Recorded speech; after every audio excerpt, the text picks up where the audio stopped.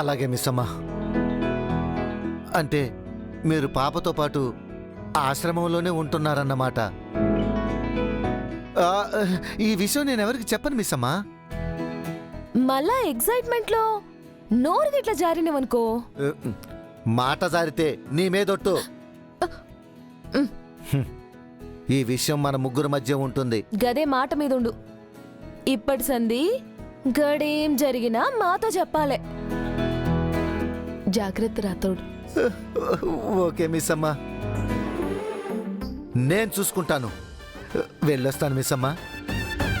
స్కూల్కి వెళ్ళి మా చిన్న మేడంను చూడాలి.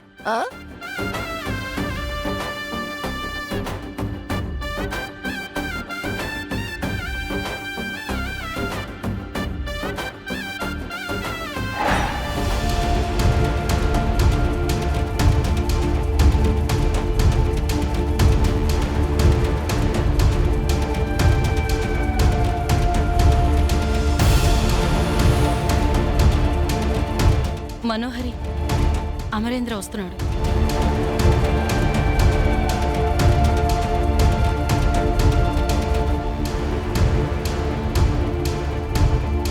నమస్కారం అండి. నమస్కారం పంతులు గారు. ఇలా వచ్చారేంటి? మనోహరి గారు రమ్మని పిలిచారండి. ఎందుకు మనోహరి? ముందు కూర్చో అమర్, చెప్తాను. కూర్చోండి. చెప్పండి. పంతులు గారు, ఆ మంచి విషయం మీ నోటితో మీరే చెప్పండి. మీరు చెబితేనే బాగుంటుందమ్మా. ఏ విషయం మనోహరి? అది మృత్యుంజయ హోమం జరిపిద్దాం అనుకుంటున్నాను అమర్. ఎందుకు? పిల్లల మీద వరుసగా దాడులు జరుగుతున్నాయి కదా, ఆ హోమం జరిపిస్తే పిల్లలకు మంచిదని. అది ఎవరో కావాలని హిప్నటైజ్ చేసి దాడులు చేయిస్తున్నారు కదా.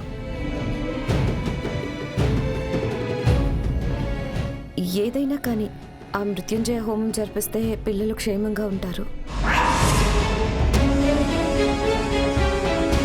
ఆ పరమశివుడు కరుణా కటాక్షాలుంటే మృత్యువు నీడ ఈ ఇంటి మీద పడదు.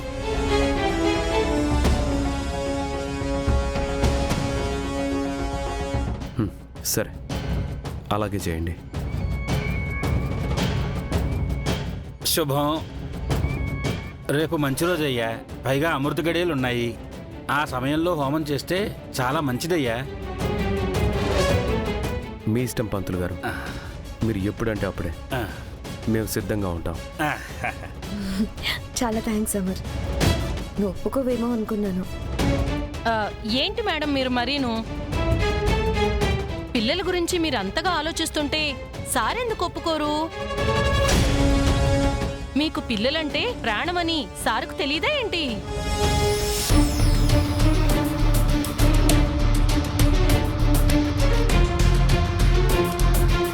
అమ్మా, మీకు ఇంకా వివాహం జరగలేదు కదా?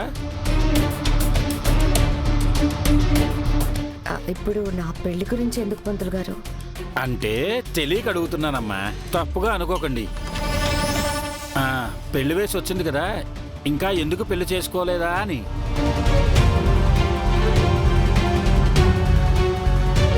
మా మేడం గారు పెళ్లి చేసుకోకూడదని కాదు పంతులు గారు, ఒక బాధ్యత కోసం ఆగిపోయారంతే.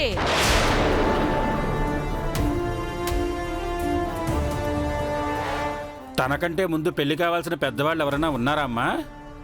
చిన్నపిల్లలున్నారు పంతులు గారు. పిల్లలంటే తమ్ముళ్ళు చెల్లెళ్ళు అమ్మా? కొడుకులు కూతుళ్ళు అనుకోండి. ఏమిటి, పెళ్లి కాకుండానే పిల్లలా? అయ్యయ్యో, మా సార్ పిల్లలే పంతులు గారు. ఓ, వాళ్ళని చూసుకోవాల్సిన ఆవిడేమో బాధ్యత లేకుండా వెళ్ళిపోయింది.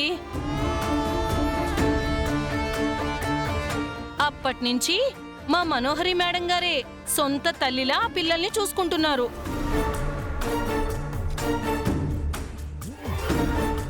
ఆ పిల్లల కోసం పాపం మనోహరి మేడం గారు పెళ్లి కూడా చేసుకోకుండా ఇలానే ఉండిపోయారు. అయ్యో. ఏంటి యాదమ్మ, ఇప్పుడు ఆ విషయాలన్నీ ఎందుకు చెప్పు? ఎంత త్యాగమమ్మా!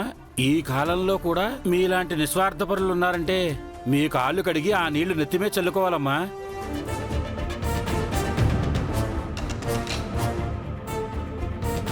అయ్యో పంతులు గారు, అంత పెద్ద మాటలు ఎందుకులేండి. అయ్యో పంతులు గారు, నిజంగా మనోహరి మేడం ఈ ఇంటి ఇలవేలుపు. ఆ, యాదమ్మా, ఇప్పుడు నువ్వు కూడా ఏంటి? ఆ పిల్లలు ఎవరు? నా ప్రాణ స్నేహితురాలు అరుంధతి పిల్లలు. ఉమ్, ఇక అమర్ నాకు పరాయివాడు కాదు కదా. ఉమ్, ఉమ్. అరుంధతి లేదు, బాగి కూడా వెళ్ళిపోయింది. మిగిలింది నేనే కదా. ఉమ్. పిల్లల కోసం అమర్ కోసం నేను ఈ మాత్రం చేయలేనా చెప్పు? అది కూడా త్యాగం అంటే ఎలా? ఇలా అనుకోవటం మీ మంచితనం, మీ గొప్పతనం మేడం. ఆహాహాహా. నిజంగా మీరు చాలా గొప్పవారమ్మా. మీ నిస్వార్థం, మీ త్యాగం, మీ బాధ్యత అయ్యగారికి అర్థమయ్యే ఉంటుందమ్మా. సతీ సావిత్రి, అనసూయ, అరుంధతి లాంటి గొప్పవారి పక్కన ఓ చైర్ వేసి కూర్చునే అర్హత మీకుందమ్మా. పంతులు గారు, రేపు హోమానికి ఏర్పాట్లు చేయండి. ఆ, అంతే కదా అమర్? ఆ? మీకేం కావాలన్నా మనోహర్ని అడగండి పంతులు గారు. అలాగేనయ్యా, ఉంటానయ్యా.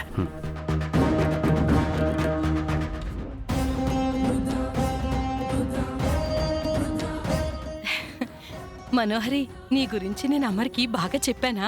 మ్మ్. బాగా నటించావు చంబా. నీకు 100కి 100 మార్క్స్ వేస్తున్నాను. మరి నా యాక్టింగ్ ఇలా ఉంది మేడం? పావలా చేయమంటే రూపాయి చేశారు. అంటే ఓవర్ యాక్షన్ చేశానా మేడం? అవును. ఆ, రేపు మాత్రం బ్యాలెన్స్డ్ గా చేయండి. చెప్పింది గుర్తుందిగా మీకు? ఆ, అంతా గుర్తుందమ్మా. రేపు మీరే చూస్తారుగా. ఆ, వెళ్ళొస్తానమ్మా. మ్మ్. మనోహరి, చాలా వేగంగా పాములు కదుపుతున్నావు. ఆలస్యం అమృతం విషయం అని నువ్వే చెప్పావు చంబా. 2 రోజుల్లో 3 ముళ్ళు పడాలంటే ఈ మాత్రం స్పీడ్ ఉండాలి. ఈ పాటికి అమర్ నా గురించి ఆలోచనలో పడుంటాడు.